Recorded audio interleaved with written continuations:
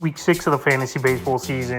And here's a few pitchers I looked to sell this week. The first guy, Mitch Keller of the Pittsburgh Pirates. Keller, after coming off a complete game shutout in that one with 4 hits versus the Rockies a couple days ago.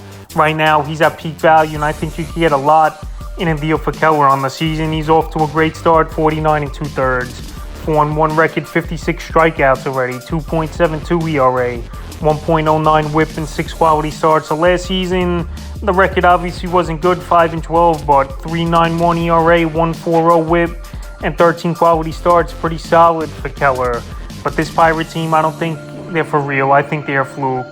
And their team just off to a hot start in the first 35-40 games of the year. So the last few weeks for Keller, 20 innings pitched, 2-1 record, 26 Ks, 1.35 ERA, 0.85 whip, and 2 quality starts. So right now it's great. The Pirates are off to a good start. They've been a struggling team for many seasons. But right now, Mitch Keller, I just don't see him holding up, putting up these huge numbers for this Pirate team and consistently getting the run support as well. So the last few games here for Keller, he's been lights out. April 27th versus the Dodgers, 6 innings, got the win, 5 hits, 2 runs, a walk, 10 Ks, a quality start. May 3rd at the Rays, the best team in the league, 5 innings, got the loss, 5 hits, only 1 earned run though, a walk, 8 Ks, so a tough luck loser. And May 8th versus the Rockies, like I said, complete game shutout, 4-hitter in that one, a walk, 8 Ks, and a quality start. So right now, Keller ranked 4th in fantasy baseball this season, and he's definitely a pitcher I would sell high. I just don't see it happening for him this year where he's going to continue being an elite pitcher for fantasy baseball. He definitely could be a 15th to 20th range top pitcher this season, but no way a guy in the top 5, I believe, is Keller. I know the division isn't that great this season in the Central. The Cubs, Cardinals, they're free falling. We know the Brewers got some pop. I just think things will level out. So right now, while Keller's at peak value after coming off a complete game shutout, this is a perfect time to sell him high this week. The next guy's Nathan Eovaldi of the Texas Rangers. So I mentioned him on the list last week as Eovaldi, and just with his injury concerns throughout his career and obviously his age, and Texas is a good hitter's park as well. So on the season for Eovaldi, he's pitching great, 4-2 record, 44 2/3, 44 Ks, a 3.22 ERA, 1.10 whip, and 4 quality starts on the season. But the last couple weeks, he's been unhittable pretty much. 2-0 record, 17 innings, no runs given up, 13 Ks, and 0.59 whip, and 2 quality starts. So Eovaldi as well, another guy coming off a complete game a couple starts ago on a shutout versus the New York Yankees. So Eovaldi pitching great baseball, ranked 11th so far this season in fantasy baseball. And right now, when pitchers go out there and put up big performances like we've seen from Keller and Eovaldi, this is the time to sell them high, because these guys don't have great track records of doing it a full season and being a top 20, top 30 fantasy player. April 24th at the Reds, 6 innings, no decision, 6 hits, 3 runs, a walk, 7 Ks, a quality start. April 29th versus the Yankees, complete game shutout in that one, 3 hits, 8 Ks, a quality start obviously. And May 6th at the Angels, 8 innings, and that one almost went the distance. Got the win, 5 hits, no runs, 2 walks, 5 Ks, a quality start. So Eovaldi, not really known for a strikeout pitcher as well, even though the last 3 ball games, he's really going out there and putting up strikeouts with 20 in the last 3 games. So right now, Eovaldi's coming off 4 quality starts in a row and going deep into ball games. And his next matchup is a great one, May 11th at Oakland, which would just add even more value to selling him this week here. He's a perfect sell high guy because, like I said, injury concerns throughout his career. Older pitcher up there in age where by the All-Star break he could start being fatigued and stuff.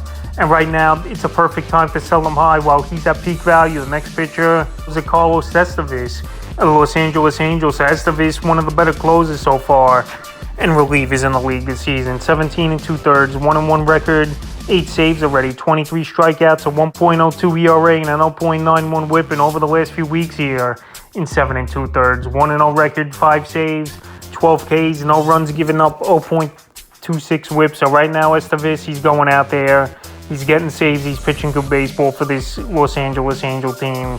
But I always mention it, if you've been watching the channel over the last few years, I've been mentioning that closers are a crapshoot for the most part, and they're players I don't value that much, except maybe in roto leagues and some category leagues is where I would prioritize closers, even though after the first 5-7 closes, pretty much everyone's the same. So right now, while Estevez is off to a good start, I'd rather get a starting pitcher in a deal for him, where he's got the 5 saves in the last couple weeks, and the Angels have been winning close games. So right now, while he's off to a great start, even though I don't think it holds up for Estevez, throughout his career, he's been a mid-3, 4 ERA guy.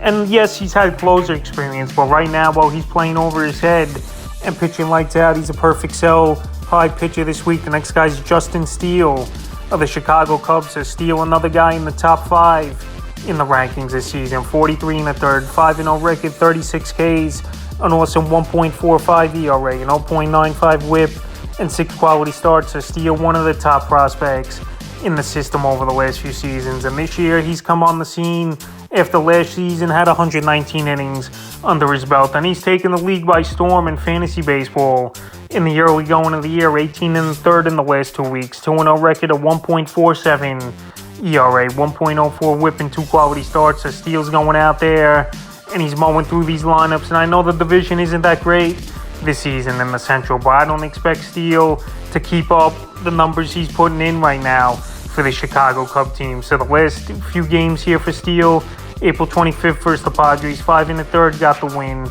3 hits in that one, no runs, 2 walks, 5 Ks. April 30th at the Marlins, 6 innings in that one, no decision. 7 hits, 2 runs, a walk, 3 Ks, a quality start.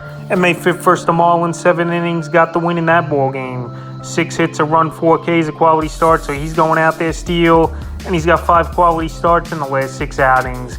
I don't see it holding up. Like I said, we don't know if they're going to play with the kid gloves as well with Steele.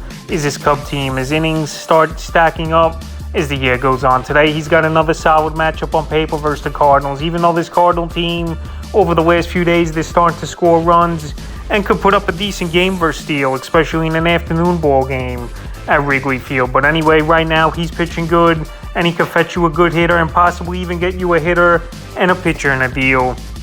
Well, he's ranked number 5 in fantasy baseball, and the 5th and final pitcher I look to sell and trade this week here is Merrill Kelly of the Arizona Diamondbacks. So this Diamondback team so far, about a 500 team in the early going. Kelly last season had a pretty solid year, 200 innings, 13 and 8 record with a 3.37 ERA. So far this year, off to another nice start, 3 and 3 record, 40 strikeouts, 39 and a third pitch, 2.75 ERA, a 1.19 WHIP, and 4 quality starts. But the last couple weeks here for Kelly: 13 innings, 2-0 record, 15 Ks, a 1.38 ERA, 0.92 WHIP, and 2 quality starts. So he's going out there and he's pitching good baseball. And so far in the early going, this NL West, they're not hitting the baseball that well. The Padres, they haven't been looking so great. The Dodgers, their lineup's pretty thin after the first 4 or 5 guys in it so far this season, even though I think both those teams will be fine. But right now, Kelly's going out there and he's taking advantage of easier matchups as well, especially the last 2 outings. April 22nd versus the Padres, 5 innings, got the loss. 3 hits, 4 runs, 5 walks, 7 Ks in that one. April 28th, a good matchup, even though it was at Coors Field, which is a tough place to pitch. But the Rockies offense not doing much this season. 6 innings, got the win. 6 hits, a run, a walk, 5 Ks, a quality start. And then May 5th versus the Nats, he mowed them down. 7 innings, got the win.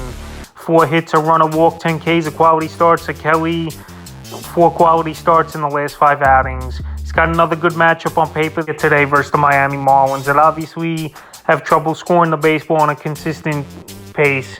But right now, Kelly, I think, is pitching a little bit over his head. And we saw this last season as well in the first half. Him getting off to a great start, even though he did finish the year with solid numbers. I don't think he's going to stay at this rate, under a 2.5 ERA. So right now, well, he's gone out there and he's taking advantage of as well of a little weak hitting teams as Kelly. This is a perfect time to sell him high this week. So that's a few pitches I look to sell and trade here in week 6 of the fantasy baseball season.